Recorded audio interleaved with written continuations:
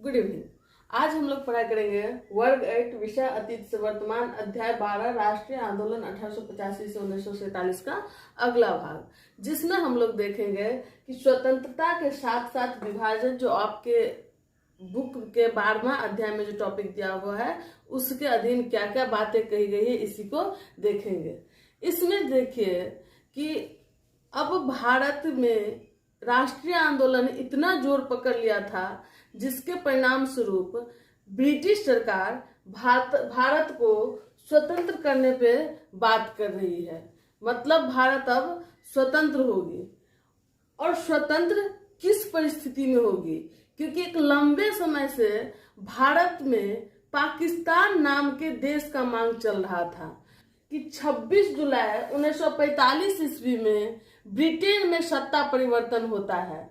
Conservative party का जो सरकार था, जिसका प्रधानमंत्री था विंस्टन चर्चिल, उसकी सत्ता समाप्त हो जाती है और ब्रिटेन में क्लीमेंट एटली के नेतृत्व में लेबर पार्टी का सरकार बनती है और लेबर पार्टी के सरकार का नेतृत्व करता क्लीमेंट एटली हो जाता है। उस समय का प्रधानमंत्री क्लीमेंट एटली होता है।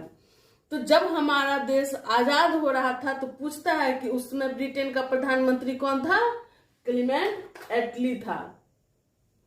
तो लेबर पार्टी का सहानुभूति भारत की आजादी के प्रति होती है और एक लंबे समय से भारत को आजाद करने की जो स्वतंत्रता आंदोलन चल रही थी उसका भी प्रभाव जोरों पे था।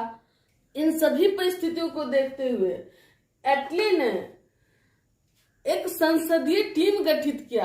भारत मंत्री लॉर्ड पैथिक लॉरेंस के नेतृत्व में 3 सदस्यीय टीम गठित होता है, संसदीय टीम, जिसे कैबिनेट मिशन का नाम दिया जाता है। और वो भारत को स्वतंत्र करने और पाकिस्तान की मांग के मुद्दा का अध्ययन करने के लिए 24 मार्च 1946 ईस्वी को भारत आते हैं। जिनके अन्य सदस्य, इस कैबिनेट मिशन का अन्य सदस्य होता है स्टैफोर्ड क्रिप्स, एवी अलेक्जेंडर। तो ये तीनों नाम आपको याद रखना होगा। इसमें प्रमुख बातें क्या है? तो कैबिनेट मिशन कब भारत आया? 24 मार्च 1946 ईस्वी को आया। किसके नेतृत्व में कैबिनेट मिशन का गठन किया गया था? लॉर्ड पैथिक लॉरेंस के नेतृत्व में कैबिनेट मिशन का गठन किया गया था। कैबिनेट मिशन जो 16 मई 1946 ईस्वी को अपना प्रस्ताव पेश की, उसमें प्रमुख प्रस्ताव इस प्रकार का था। पहला, भारत की एकता बनी रहे। जो लंबे समय से अधिकांश भारतीय, मुख्य रूप से भारतीय राष्ट्रीय कांग्रेस के द्वारा भारतीय एकता की बात की जा रही थी, अखंड भारत की बात की जा रही थी, इसे स्वीकार किया गया कि भारत का विभाजन नहीं होगा, भारत एक ही रहेगा। दूसरा, पाकिस्तान की मांग ठुकरा दी गई। आपको पता है कि एक लंबे समय से पाकिस्तान का भी मांग चल रहा था, जिसमें 1930 में आधिकारिक रूप से पाकिस्तान की घोषणा की गई थी। तो उसकी बात को ठुकरा दी गई कि कोई पाकिस्तान नहीं बनेगा, भारत एक ही रहेगा। तीसरा, भारत एक संघ होगा जिसमें ब्रिटिश प्रांत एवं देशी रियासतें शामिल होंगे। अब भारत क्या होगा? भारत एक संघीय देश होगा जिसमें कई राज्य, कई प्रांत मतलब राज्य, तो कई राज्य जो कि ब्रिटेन के अधीन है या देशी रियासत स्वयं भारतीय रियासत है, वो इसमें शामिल हो सकता है, लेकिन इसकी अनिवार्यता नहीं थी। चौथा, संविधान निर्मात्री संस्था होगा। तो संविधान, भारत जो एक संघ देश होगा, संघीय देश होगा, तो उसका कुछ संविधान भी होगा। तो ये संविधान भारतीय स्वयं लिखेंगे, स्वयं बनाएंगे अपने लिए। उस संविधान को बनाने के लिए एक संस्था गठित होगा और संस्था मनोनीत रूप से नहीं था, उसके लिए चुनाव होता और चुनाव की प्रक्रिया के द्वारा 10 लाख व्यक्ति पे एक प्रतिनिधि निश्चित एरिया से चुने जाते और उन चुने हुए प्रतिनिधियों के द्वारा ये संविधान निर्माण का संस्था बनता और उसके द्वारा संविधान लिखा जाएगा। इस तरह की व्यवस्था की गई। 5वां, प्रांतों को समूहों में बांटा जाएगा। भारतीय प्रांतों को समूह में वर्गीकृत कर दिया गया, मतलब सांप्रदायिकता के आधार पे समूह बना दिया गया, जिसमें मुख्य रूप से 3 समूह था। जो अश्रेणी के प्रांत होते उसमें हिंदू बाहुल्य प्रांतों को रखा गया, ब श्रेणी के प्रांतों में मुस्लिम बाहुल्य प्रांतों को रखा गया और स श्रेणी के प्रांत में असम और बंगाल को रखा गया। इस प्रकार से अब देखें कि सांप्रदायिकता के आधार पर जो नया देश के निर्माण की बात चल रही थी, पाकिस्तान की बात चल रही थी, उसे ठुकराया गया, लेकिन परोक्ष रूप से सांप्रदायिकता को माना गया, सांप्रदायिकता के मांग को माना गया और प्रांतों को समूह में बांट दिया गया।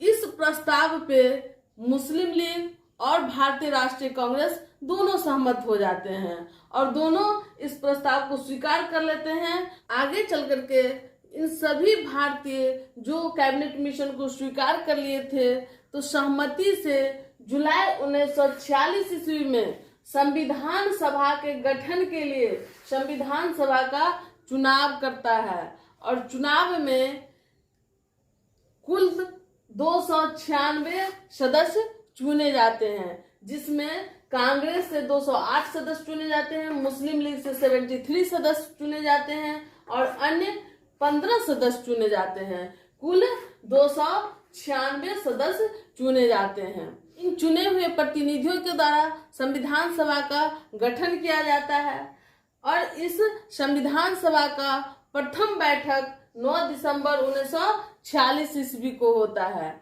जिसमें अस्थायी रूप से इस संविधान सभा का जो अध्यक्ष चुना जाता है वो डॉक्टर सच्चिदानंद सिन्हा को चुना जाता है। सवाल पूछ चुका है कि संविधान सभा का प्रथम अध्यक्ष कौन था, तो प्रथम अध्यक्ष डॉक्टर सच्चिदानंद सिन्हा थे, जो बिहार के ही थे और उन्होंने सिर्फ 9 दिसंबर को अध्यक्षता ग्रहण की और 2 दिन के बाद 10 और 11 दिसंबर को पुनः जब बैठक हुई संविधान सभा की, तो उसमें अस्थाई अध्यक्ष, जो पहले अस्थाई अध्यक्ष थे, उसको बदल करके अस्थाई अध्यक्ष बनाया गया, जिसमें डॉक्टर राजेंद्र प्रसाद को अध्यक्ष का पद दिया गया। तो वो भी डॉक्टर राजेंद्र प्रसाद भी कहाँ के थे, बिहार के ही थे। अब देखेंगे इस बैठक से पहले ही मुस्लिम लीग जो 73 सीट पे जीते थे चुनाव में, वो इस संविधान सभा से अलग हो जाते हैं और 16 अगस्त 1946 को प्रत्यक्ष कार्रवाई दिवस की घोषणा करते हैं। ये डेट भी पूछता है कि मुस्लिम लीग के द्वारा प्रत्यक्ष कार्रवाई दिवस कब घोषित किया गया, 16 अगस्त 1946। मुद्दा ये था कि जो प्रांतों को समूहों में बांटा गया था, उसके अनिवार्यता पे जवाहरलाल नेहरू एक वक्तव्य देते हैं। प्रांतों का जो समूहीकरण किया गया है उसको हम आगे देखेंगे कि इसे बनाए रखना है या इसे समाप्त कर देना है। तो मतलब ये अनिवार्य रूप से रहेगा कि नहीं रहेगा, इस पे वो टिप्पणी करते हैं, जिससे मोहम्मद अली जिन्ना नाराज हो जाते हैं और उनको लगता है कि मुसलमानों का संप्रदाय आगे चल करके हिंदू बाहुल्य देश में खतरा में आ जाएगा। इसीलिए वो इस संविधान सभा से अलग हो जाते हैं और 16 अगस्त को मुस्लिम लीग से आह्वान करते हैं कि हम लोग प्रत्यक्ष कार्रवाई करेंगे और पाकिस्तान के समर्थन में बंगाल में हिंसा उत्पन्न होता है और बंगाल के नोआखली क्षेत्र हिंसा का गढ़ बन जाता है और नोआखली महात्मा गांधी पहुंचते हैं कि किसी प्रकार से इस हिंसा में जो अधिकांश हिंदू मारे जा रहे हैं नोआखली में, उसे रोका जाए और जो उसकी प्रतिक्रिया में बिहार यूपी में भी कई लाख मुसलमान मारे गए। तो इसको शांत करने का प्रयास करते हैं महात्मा गांधी जी। तो सवाल भी पूछा है कि नोआखली पहुंच करके किस व्यक्ति ने हिंसक उपद्रव को शांत करने का प्रयास किया, तो महात्मा गांधी के द्वारा प्रयास किया गया था। अब देखेंगे कि आगे चल करके हमारा जो संविधान का निर्माण किया गया उसमें कितना समय लगता है। उसमें कुल समय 2 वर्ष 11 महीना और 18 दिन का लगता है। तो पूछता है कि भारतीय संविधान निर्माण में कितना समय लगा। 2 वर्ष 11 महीना 18 दिन लगा।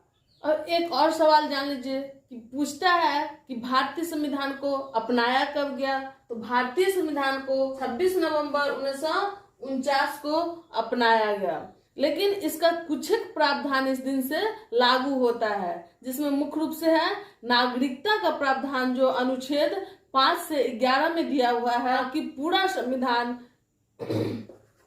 26 जनवरी 1950 को लागू होता है। इस प्रकार से हमने देखा कि संविधान का निर्माण किस प्रकार से हुआ, किस प्रकार से उसका संविधान सभा का गठन हुआ था। और इसी के साथ आज का वीडियो समाप्त होता है। धन्यवाद।